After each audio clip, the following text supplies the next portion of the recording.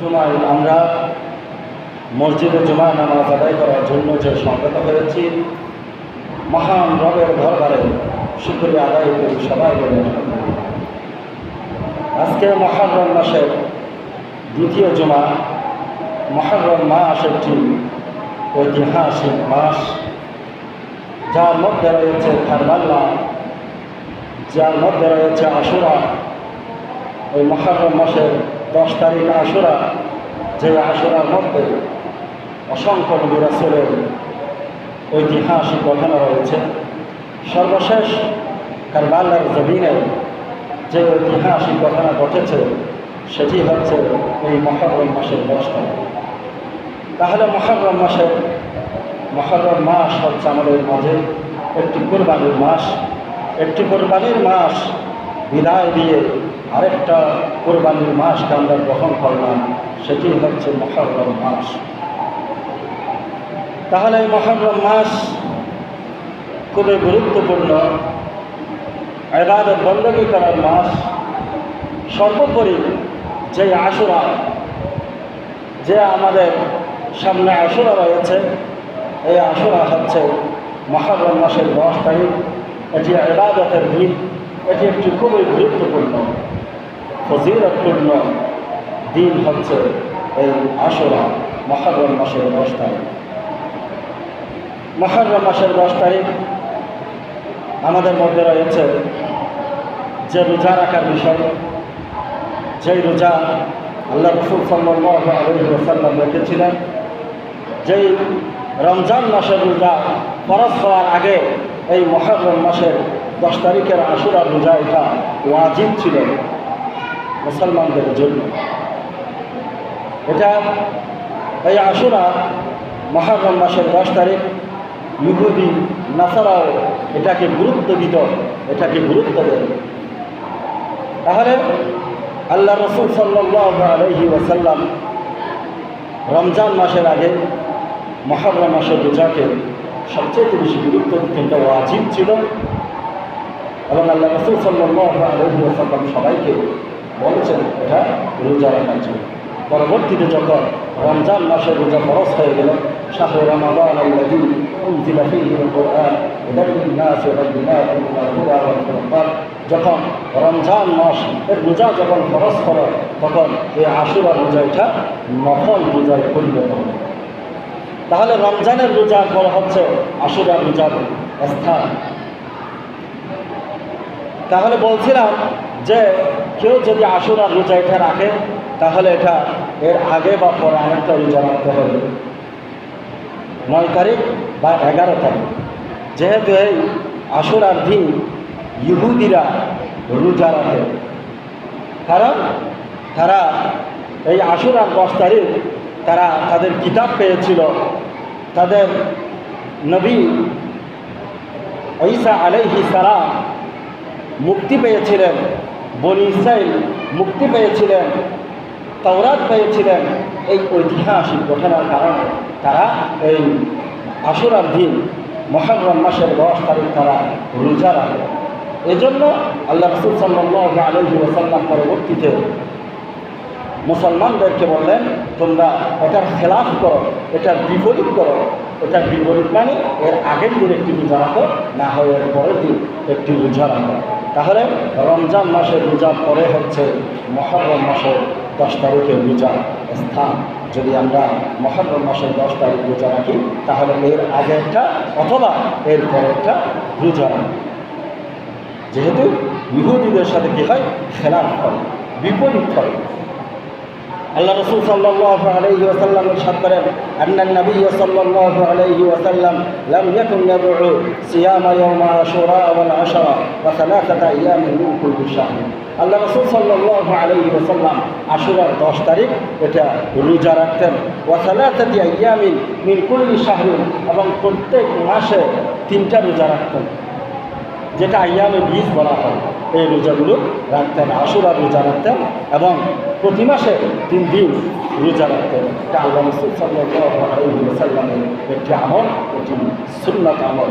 এটা আমরা প্রত্যেকে চেষ্টা করব এই দিন রোজা রাখার জন্য এবং নামাজ আদায় করার জন্য, নফল নামাজ আদায় করার জন্য আমরা প্রত্যেকে চেষ্টা করব।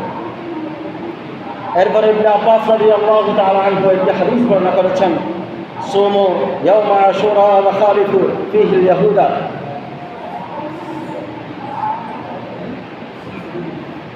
সুমু ইয়াওমা আশুরা ওয়া খালিফু ফীহি আল-ইয়াহুদা, তোমরা যদি আশুরার দিন রোজা রাখো তাহলে কি করো?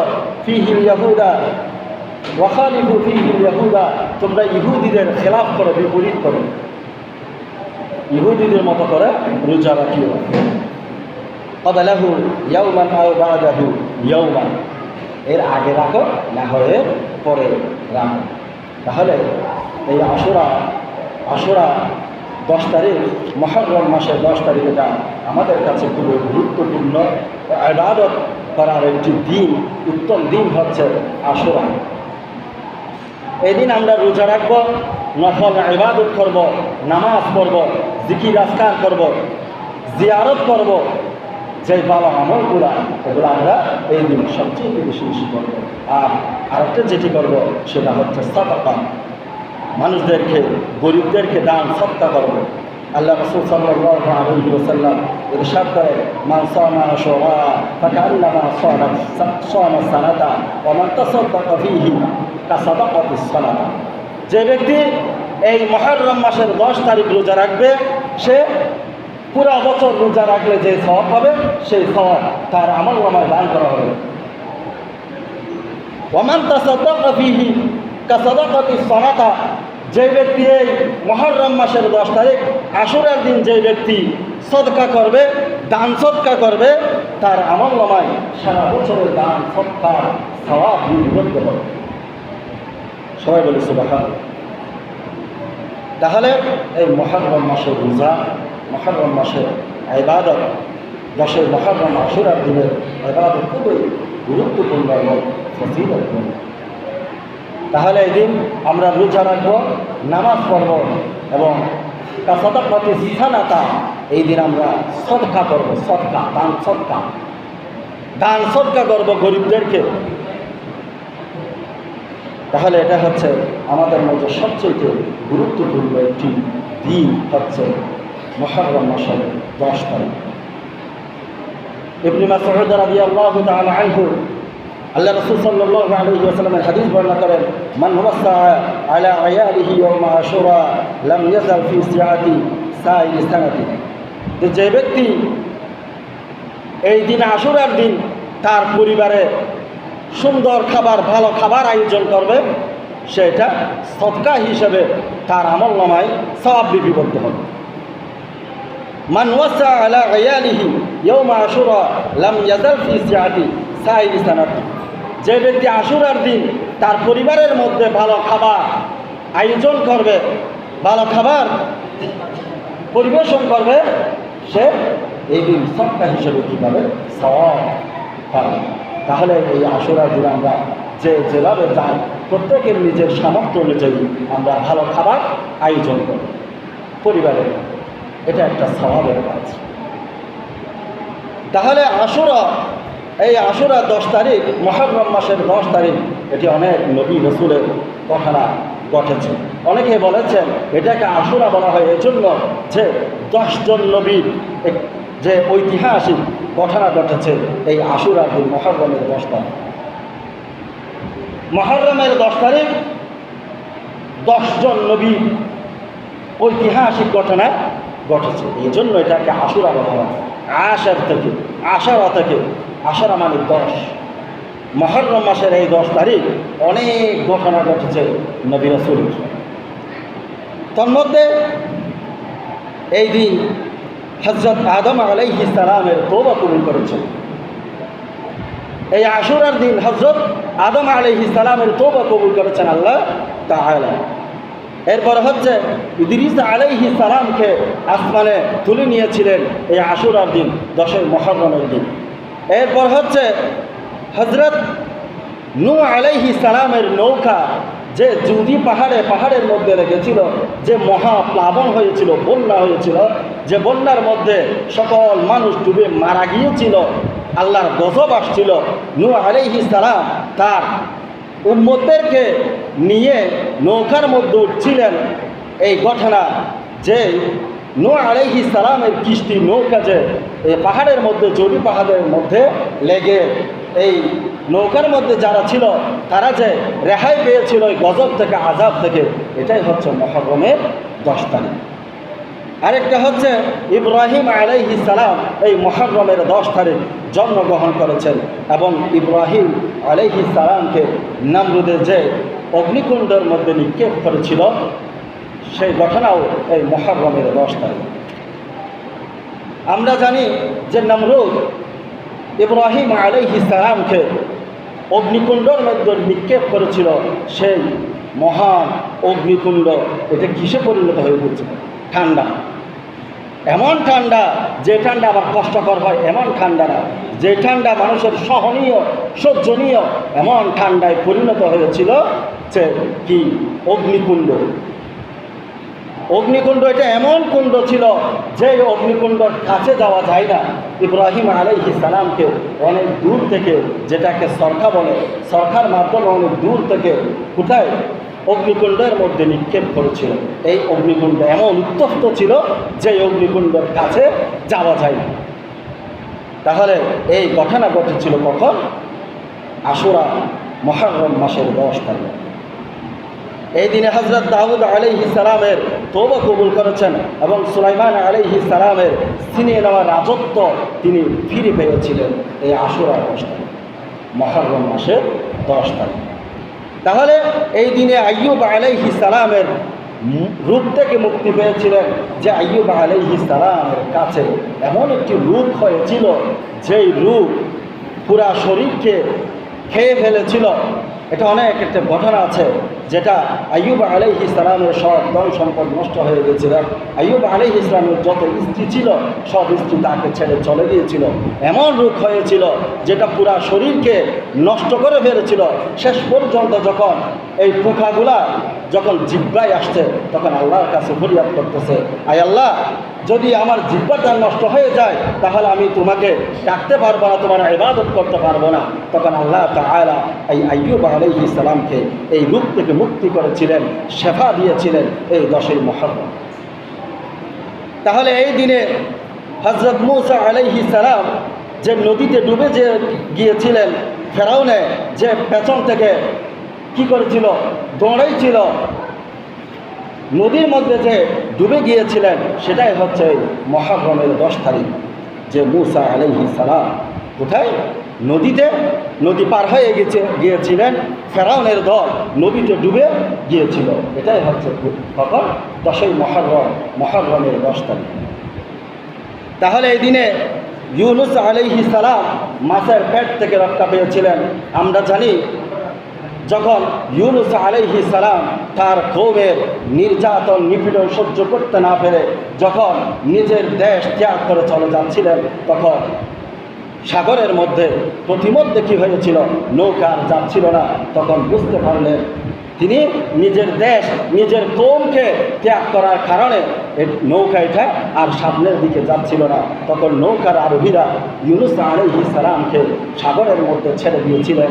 তিনি একটি মাছের পেটের মধ্যে থাকছিলেন অনেক দিন ধরে। তখন ওই মাছ এটা ওই সাগরের পাড়ের মধ্যে ইউনুস আলাইহিস সালামকে ছেড়ে দিয়েছেন।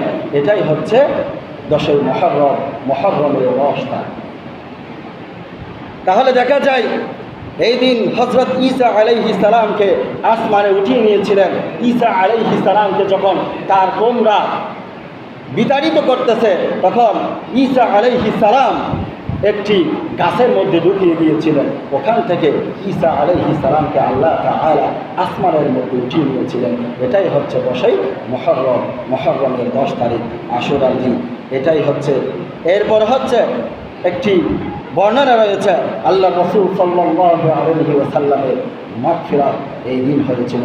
তাহলে 10 জন নবী আলাইহিস সালামের এই মহান ঘটনার কারণে এই মুহররমের 10 তারিখকে আশুরা বলা হয়। তাহলে দেখা যায় এই মুহররমের 10 তারিখ এটি একটি ঐতিহাসিক তাহলে এই মুহররমের 10 তারিখকে আমরা সুন্দরভাবে রোজার মাধ্যমে, ইবাদতের মাধ্যমে, নামাজের মাধ্যমে আমরা এটা উদযাপন করব, অতিবাহিত করব, পালন করব। তাহলে এটা এরকম হলে কি হবে, আমাদের ইবাদত এটা আল্লাহ তাআলার কাছে কবুল হবে। তাহলে দেখেন সর্বশেষ যে ঘটনা মুহররমের 10 তারিখ, সেটি হচ্ছে কারবালার ময়দানে যে ঐতিহাসিক ঘটনা ঘটেছে, সেটি হচ্ছে মুহররমের 10 তারিখ, যে ইমাম হুসাইন রাদিয়াল্লাহু তাআলা আনহু ইয়াজিদের যে কর্মকাণ্ড, ইসলাম বিরোধী, কোরআন সুন্নাহর বিরোধী কর্মকাণ্ড চক্রান্তকে নস্যাৎ করে দেওয়ার জন্য, এটার প্রতিবাদ করার জন্য যেটি প্রতিবাদ গড়ে তুলেছিলেন এবং তিনি কারবালার জমিনে নির্মমভাবে শাহাদাত বরণ করেছিলেন, সেটি হচ্ছে মুহররমের 10 তারিখ। আল্লাহ তাআলা কুরআনুল কারীমের মধ্যে বলেছেন, বিসমিল্লাহির রহমানির রহিম, ইন্নামা ইউরিদুল্লাহু লিইয়ুযহিবা আনকুমুর রিজসা আহলাল বাইতি ওয়া ইউতাহহিরাকুম তাতহীরা। আল্লাহ তাআলা কুরআনুল কারীমের মধ্যে বলেছেন, ইন্নামা ইউরিদুল্লাহ, আল্লাহ তাআলা চান, লিইয়ুযহিবা আনকুমুর রিজসা আহলাল বাইতি, আহলে বাইতকে আল্লাহ তাআলা পবিত্র রাখতে চান গুনাহ থেকে, সব কিছু থেকে, সব গুনাহ থেকে, সকল মন্দ কাজ থেকে আল্লাহ তাআলা আহলে বাইতকে, আল্লাহর রাসূলের আহলদেরকে পবিত্র রাখতে চান। আহলাল বাইতি ওয়া ইউতাহহিরাকুম তাতহীরা। আল্লাহ তাআলা কুরআনুল কারীমের মধ্যে এটা বর্ণনা করেছেন যে আল্লাহ তাআলা সবসময় আল্লাহর রাসূলের আহলে বাইতকে, নিজের পরিবার পরিজনদেরকে আল্লাহ তাআলা পবিত্র রাখতে চান। এটা কুরআনুল কারীমের মধ্যে বলেছেন। যখন এই আয়াত নাযিল হলো, লাম্মা নাযালাত হাযিহিল আয়া নাদউ আবানানা ওয়া আবনাআকুম, দাআ রাসূলুল্লাহ সাল্লাল্লাহু আলাইহি ওয়াসাল্লাম আলিয়ান ওয়া ফাতিমাতান ওয়া হাসানান ওয়া হুসাইনান ফাকালা আল্লাহুম্মা হাউলাই আহলু বাইতি। যখন এই আয়াত নাযিল হলো, তখন আল্লাহ রাসূল সাল্লাল্লাহু আলাইহি ওয়াসাল্লাম হযরত আলী, মা ফাতেমা, হাসান এবং হুসাইন এদের সবাইকে নিয়ে আল্লাহ রাসূল সাল্লাল্লাহু আলাইহি ওয়াসাল্লাম আল্লাহর দরবারে ফরিয়াদ করতেছেন, আই আল্লাহ, আই বারি তাআলা, এরাই হচ্ছে আমার আহলে বাইত। আমার আহলে বাইত হচ্ছে কারা? আলী, মা ফাতেমা, হাসান এবং হুসাইন রাদিয়াল্লাহু তাআলা আনহু হচ্ছে আহলে বাইত। তাহলে আল্লাহ তাআলা যে কুরআনুল কারীমের মধ্যে বলেছেন, ইন্নামা ইউরিদুল্লাহু লিইয়ুযহিবা আনকুমুর রিজসা আহলাল বাইতি ওয়া ইউতাহহিরাকুম তাতহীরা। আই রাসূল, আমি আপনার পরিবার পরিজনকে পবিত্র রাখতে চাই। তাহলে এই আয়াতগুলো নাজিল হয়েছে মূলত আল্লাহ রাসূল সাল্লাল্লাহু আলাইহি ওয়াসাল্লামের স্ত্রীদের ব্যাপারে। তাই আয়াতের শানে নুজুল অনেকে ব্যাখ্যা করেছেন, মুফাসসিরিন কেরাম এটা তাফসীর করেছেন, এই আয়াত নাজিল হয়েছে আল্লাহ রাসূল সাল্লাল্লাহু আলাইহি ওয়াসাল্লামের স্ত্রীদের ব্যাপারে। যখন এই আয়াত নাজিল হয়, তখন আল্লাহ রাসূল সাল্লাল্লাহু আলাইহি ওয়াসাল্লাম আলী, মা ফাতেমা এবং হাসান এবং হুসাইন রাদিয়াল্লাহু তাআলা আনহুদেরকে নিয়ে আল্লাহর দরবারে কি করলেন? ফরিয়াদ করলেন। খারাজান নবী সাল্লাল্লাহু আলাইহি ওয়াসাল্লাম, এই হাদিসটা মা আয়েশা রাদিয়াল্লাহু তাআলা আনহা বর্ণনা করেন, খারাজান নবী সাল্লাল্লাহু আলাইহি ওয়াসাল্লাম গাদাতান ওয়া আলাইহি বিনতু মুরাহহাল মিন শা'রি আসওয়াদ ফাজা আল হাসান ইবনু আলী ফাদাখালাহু। আল্লাহ রাসূল সাল্লাল্লাহু আলাইহি ওয়াসাল্লাম একদিন ঘর থেকে বের হলেন, চাদর পরে বের হলেন। তখন ঘর থেকে একজন বের হলেন, মা আলী রাদিয়াল্লাহু তাআলা আনহু এবং ফাতেমা রাদিয়াল্লাহু তাআলা আনহা, হাসান এবং হুসাইন রাদিয়াল্লাহু তাআলা আনহু। এরা ঘর থেকে বের হলেন, এদেরকে চাদরের মধ্যে নিয়ে আল্লাহ তাআলা, আল্লাহ রাসূল সাল্লাল্লাহু আলাইহি ওয়াসাল্লাম আল্লাহ দরবারে দোয়া করলেন, আই বারি তাআলা, এরাই হচ্ছেন আমার কি আহলে বাইত। তাহলে এই হাদিসটা মা আয়েশা রাদিয়াল্লাহু তাআলা আনহা বর্ণনা করেছেন। তাহলে ইনশাআল্লাহ যে আশুরার দিন, মুহররমের 10 তারিখ, রমজান রয়েছে, রোজা রয়েছে, নামাজ, রোজা এবং আমরা ইবাদত বندگির মাধ্যমে এটা অতিবাহিত করব, উদযাপন করব। আমরা যারা আশুরার 10 তারিখ রোজা রাখবো, এর আগের দিন বা এর পরের দিন একটি রোজা রাখবো। আর বাকি আলোচনা ইনশাআল্লাহ আমরা আগামীতে আলোচনা করব আহলে বাইত সম্পর্কে, কারবালার ব্যাপারে, কারবালার যে মর্মান্তিক ঘটনা ঘটেছে, যে শাহাদাত বরণ ঘটেছে, এটা ব্যাপারে আমরা পরবর্তীতে ইনশাআল্লাহ আলোচনা করব। এখানে আজকে আলোচনা শেষ। আলহামদুলিল্লাহ।